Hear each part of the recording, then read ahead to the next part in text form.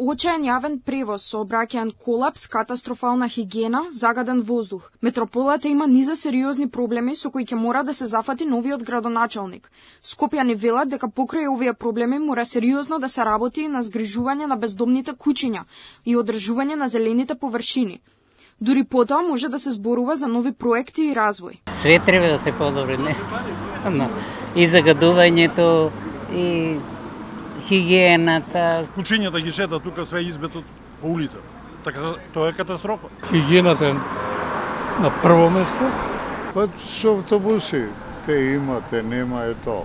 Значи јавниот превоз е главен проблем, бидејќи има стари автобуси без клима, многу каснат и така натаму. Исто така не чистотијата, треба комунална хигиена повеќе да се заангажира за чистат улиците и контейнери да се празнат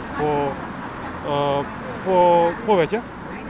Исто така урбаниот хаос, гушвите низ улиците и зградите. Се прават премногу згради, на места каде што се правеле по неколку куќи се прави една цела зграда и тоа е за мене не е во ред. Граѓаните се револтирани од Данела Арсовска. Велат дека за 4 години не направила речиси ништо, освен создавање хаос и политиканство. Се надеваат дека новиот градоначалник ќе биде сосема поинаков. Да не биде као Даниела.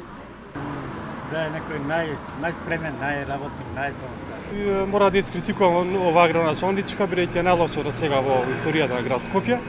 И стварно треба некој нов градоначалник што од корен ќе ги реши проблемите на Скопје.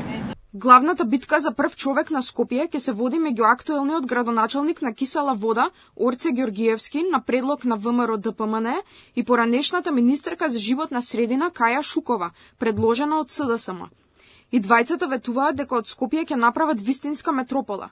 Ѓоргиевски оствари солидни резултати на досегашната позиција, а Шукова реално не остана запаметена по некој посериозен проект, додека беше на челното место на секторот екологија.